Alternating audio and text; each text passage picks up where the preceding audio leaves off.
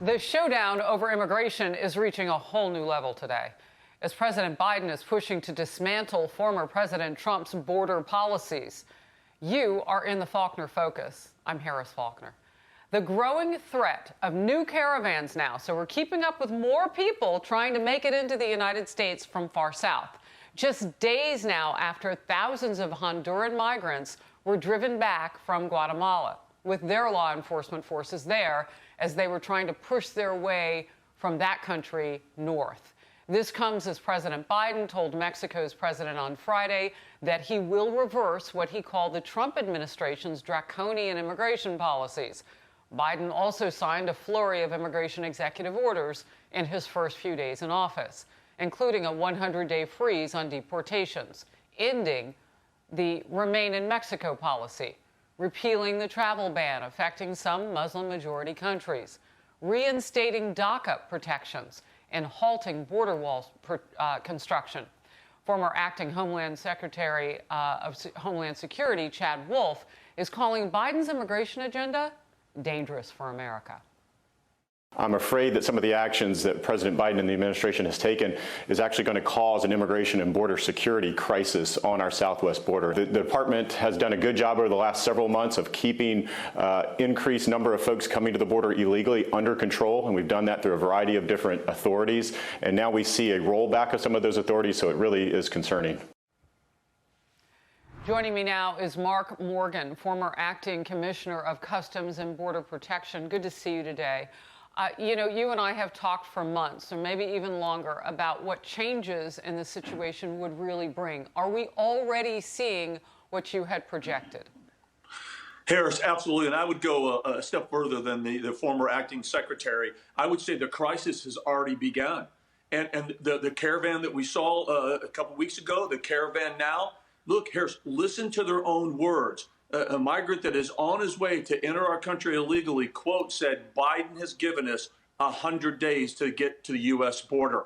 And Harris, you also did a very good job of outlining, you know, every one of the policies right now that the Biden administration wants to do.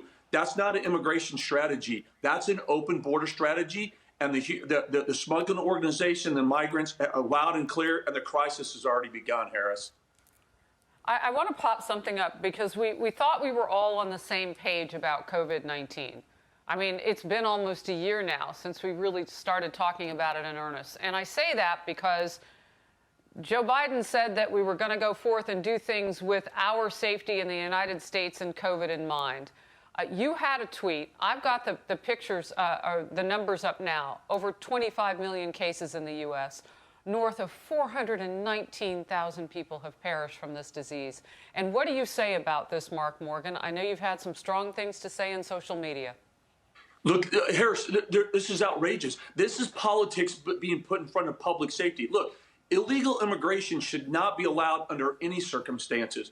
But while we're in the middle of a global pandemic, a second strain is there, look at the caravans. Talk about super spreader events. These same individuals come and are shoved in crowded, unsanitary stash houses and tractor trailers. The list goes on and on and on. It's dangerous for the migrants, and it's dangerous for the CB personnel who encounter them, and it's dangerous for anybody in the immigration chain who is going to be forced to deal with these individuals. It's simply unbelievable what's happening right now.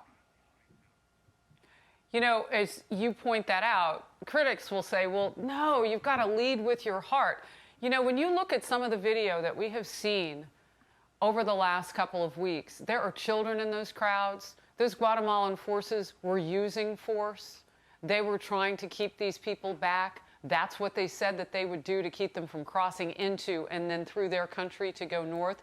This is a dangerous situation. Turning on any sort of any magnet to try to encourage them to come north is actually putting some of that onus on us if they face that danger. That's right. And Harris, talk about leading with the heart. Think about it. These children are being abused. They're being trafficked. Most of them don't even know they're being trafficked till after they enter the United States. We have people that are dying every day from drowning and exposure. It goes on and on. The most humane thing is to stop these individuals giving their hard-earned money and their lives to the cartels so the cartels can increase their bank accounts. That's the humane thing. And so we don't talk about that enough. It's just simply unbelievable right now that we've got policies that's actually fueling this from happening. And one quick thing. Talk about humane. This country is the most humane, compassionate country on the face of the planet. We allow more and swear in more immigrants as citizens of this country than any other country in the planet. We're talking about illegal immigration, not legal. That's a big difference. We need to start having an honest dialogue about that.